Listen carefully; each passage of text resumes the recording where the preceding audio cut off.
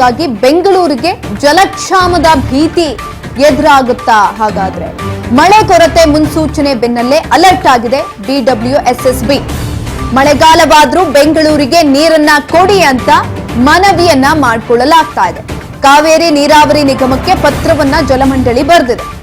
Alert ಆಗಿರುವಂತದ್ದು ಜಲಮಂಡಳಿ 9.56 TMC ಅನ್ನ ಕಾಯ್ದಿರಿಸುವಂತೆ ಮನವಿಯನ್ನ ಮಾಡಿಕೊಳ್ಳಲಾಗಿದೆ. ಬೆಂಗಳೂರಿಗೆ ಜಲಕ್ಷಾಮದ ಭೀತಿ ಎದುರಾಗುವಂತ ಸಾಧ್ಯತೆ ಇರೋದ್ರಿಂದ BWSSB ಇದೀಗ ಅಲರ್ಟ್ ಆಗ್ತಾ ಇರುವಂತದ್ದು. ಮಳೆ ಕೊರತೆ ಒಂದ್ ಕಡೆನಲ್ಲಿ ಆಲ್ರೆಡಿ ಇದೆ, ಮಳೆ ಆಗ್ತಾ ಇಲ್ಲ.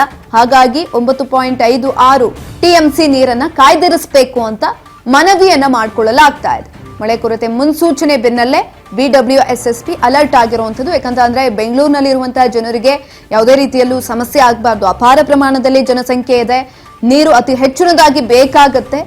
ಈ ಸಂದರ್ಭದಲ್ಲಿ ಮುಂದೆ ಯಾವುದೇ ರೀತಿಯಾದಂತಹ ತೊಂದರೆ ಆಗಬಾರ್ದು, ಆಗದಂತೆ ಈಗ್ಲಿಂದಲೇ ಕ್ರಮವನ್ನ ತೆಗೆದುಕೊಳ್ತಾ ಇರುವಂತದ್ದು BWSSB ಕುರಿತಾಗಿ ಮನವಿಯನ್ನ ಮಾಡಿಕೊಳ್ತಾ ಇದೆ. 9.56 TMC ನೀರನ್ನ ಕಾಯ್ದಿರಿಸಬೇಕು ಅಂತ ಈ ಮುಖಾಂತರ ಮನವಿಯನ್ನ ಮಾಡಿಕೊಂಡಿರುವಂತದ್ದು. ಬೆಂಗಳೂರು ಜಲಮಂಡಳಿಯಿಂದ ಈ ಕುರಿತಾಗಿ ಪತ್ರವನ್ನ ಕೂಡ ಬರೆಯಲಾಗಿದೆ.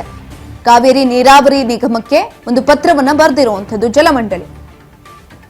ಮತ್ತೊಂದ್ ಕಡೆನಲ್ಲಿ ಇಲ್ಲಿರುವಂತಹ ಜನರಿಗೂ ಕೂಡ ಒಂದ್ ಕಡೆನಲ್ಲಿ ಎಚ್ಚರಿಕೆಯನ್ನ ಕೊಡ್ತಾ ಇದೆ. ನೀರನ್ನ ಅತಿ ಹೆಚ್ಚಿನದಾಗಿ ಬಳಸಬೇಡಿ, ಪೋಲನ ಮಾಡಬೇಡಿ, ನೀರನ್ನ ಮಿತವಾಗಿ ಬಳಸಿ. ಮಿತವಾಗಿ ಬಳಸಲಿಲ್ಲ ಅಂದ್ರೆ, ಪೋಲನ ಮಾಡಿದ್ರೆ ನಿಮ್ಮ ಮೇಲೆ ಕ್ರಮವನ್ನ ತೆಗೆದುಕೊಳ್ಳಲಾಗುತ್ತೆ ಅಂತ ಈ ಹಿಂದೆನೂ ಕೂಡ ಜಲಮಂಡಳಿಯಿಂದ ಒಂದು ಆದೇಶವನ್ನ ಹೊರಡಿಸಲಾಗಿತ್ತು.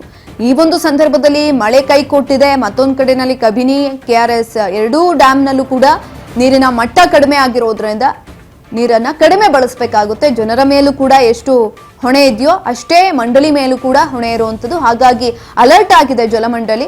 ಪತ್ರವನ್ನ ಬರೆಯುವ ಮುಖಾಂತರ 9.56 TMC ನೀರನ್ನ ಕಾಯ್ದಿರಿಸಬೇಕು ಅಂತ ಈ ಮುಖಾಂತರ ಮನವಿಯನ್ನ ಮಾಡಿಕೊಂಡಿದೆ.